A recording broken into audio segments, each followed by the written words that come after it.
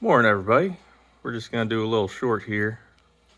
I don't know if it's gonna be a short or just a short video, but we got the gear back from Enos, the one that we did the weld buildup on.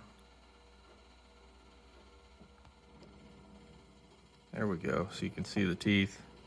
You can see the edge of where I did the weld, and then he re-slotted the teeth.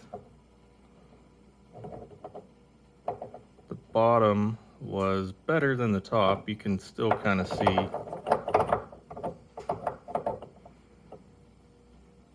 You can see where the weld line is, just barely, like right there.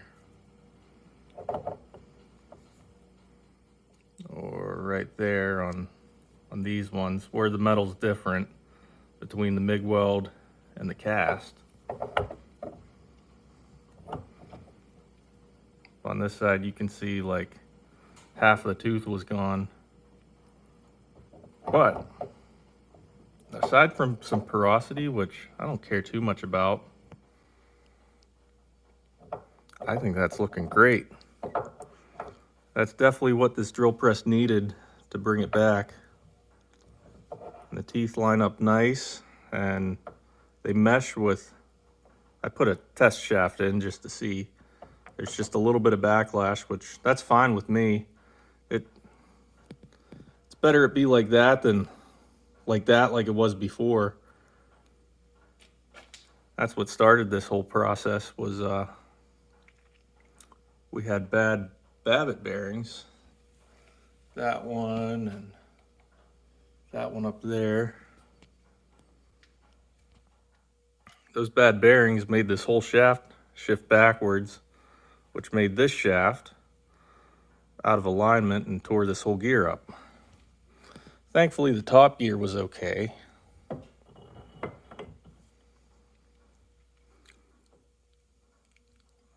It goes the other way because we've got the slider back there that changes the gears for us. It goes something like that when it's all sitting right. That way this gear can slide up and down and get locked in. So, $200 later, I think that's a great deal. If you've got a small machinist you can go find, go make your projects happen, that's great. Yeah, it might cost a little bit more in the long run than, building your own mini garage machine shop, but you don't have to take up your garage with a machine shop. Like, I know what I'm good at. I'm good with the tools. I'm decent with sheet metal.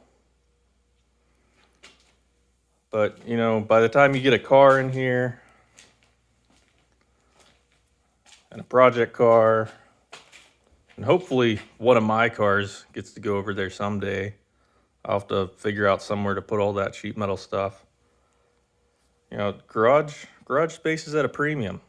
And, having a bigger garage isn't always a better thing. It just means more projects to have a headache for, and you always fill it anyways. So, that's that. I'm waiting on the main spindle. Enos is repairing the original chuck. It had a 5/8 bore that was completely wallered out, so the drill bit wasn't like that when it was in there. He's putting a bushing in it. That way we can mount a Jacobs chuck and actually use this thing. And I'm probably going to source a hand crank. That way I can at least get this, functional restored. There's all the rest of our parts down there. We've got the pulley, we've got gears, we've got the clutch, we've got the power feed system. There's a lot to this. but it's a cool project. A reminder of how they used to do it back in the day. I'm unsure if I'm going to keep that return spring. That's up there so that when you pull down on the quill, it returns it. It takes some of the weight off. I'm unsure if I'm going to keep the spring or if I'm going to put a pulley up there and a counterweight. I think that might be a better solution,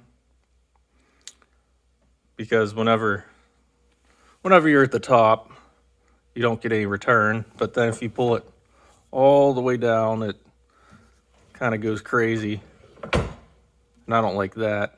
I think that's a little too wild. So if I put a counterweight on there with a pulley, one, it's more moving parts that are fun to look at while the gears are spinning, but two, it is a little more practical. But I like this swinging table that I can just swing out of the way. Oh, one other thing I did was when I mounted this, I should have been a little bit more careful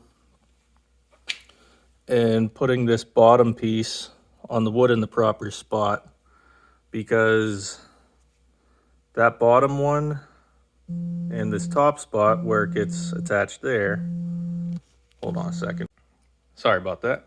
Anyways, where it gets attached up here and down there matters to get it properly tight on that shaft back there that the table slides on, because if it's off, then your bevel gear here drops down and your teeth skip.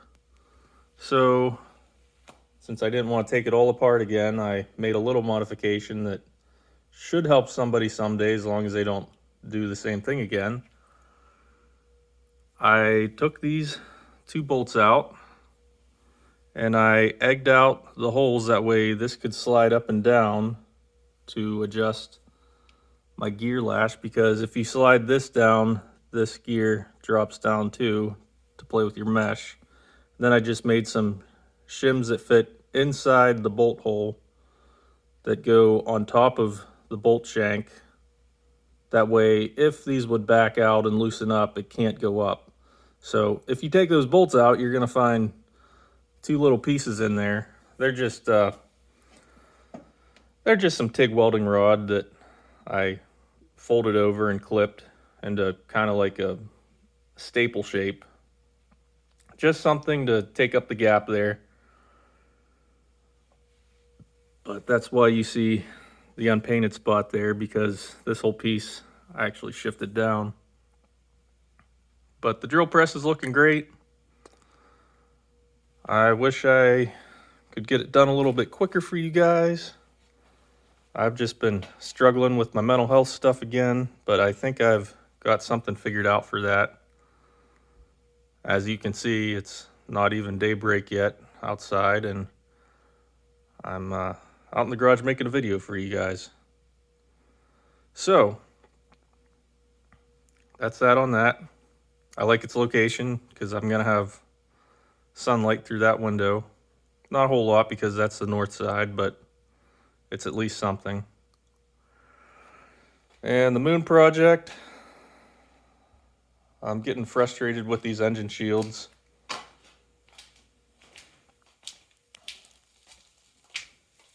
That was the one I made not last Friday, but the Friday before. It fits, but not the best. I failed to account for a swoop in the frame.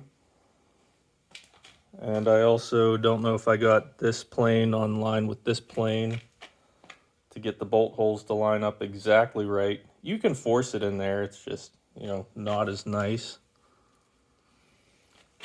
But that's that. Sorry, I had a little bit of a mental health crisis. It slowed me down. But the shear works nice. That's the shear that I picked up. I got the blades all shimmed up and everything lubed up, and I made a handle for it. I just welded a chunk of metal on the end of an old jack handle and smashed it down and threw a bunch of weld on there to get it to made up nice in the socket for it.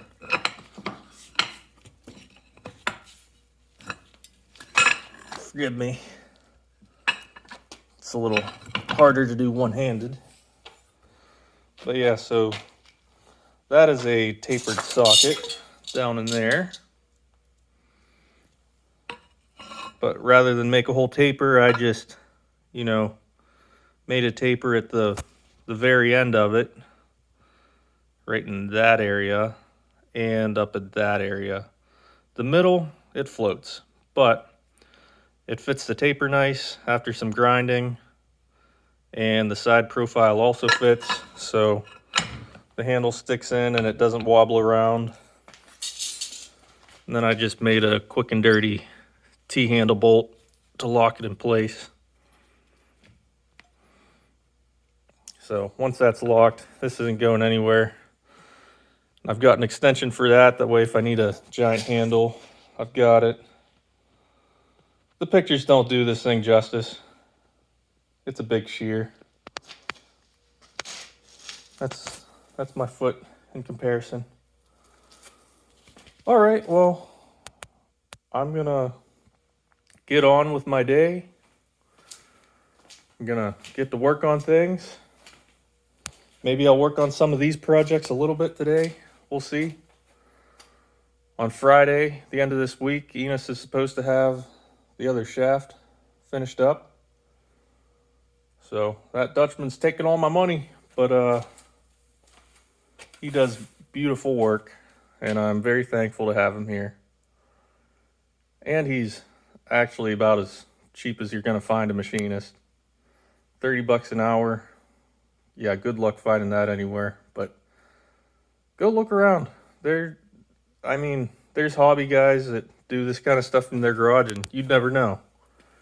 Kind of like from the outside of my house, you'd never know that this kind of stuff's in my garage.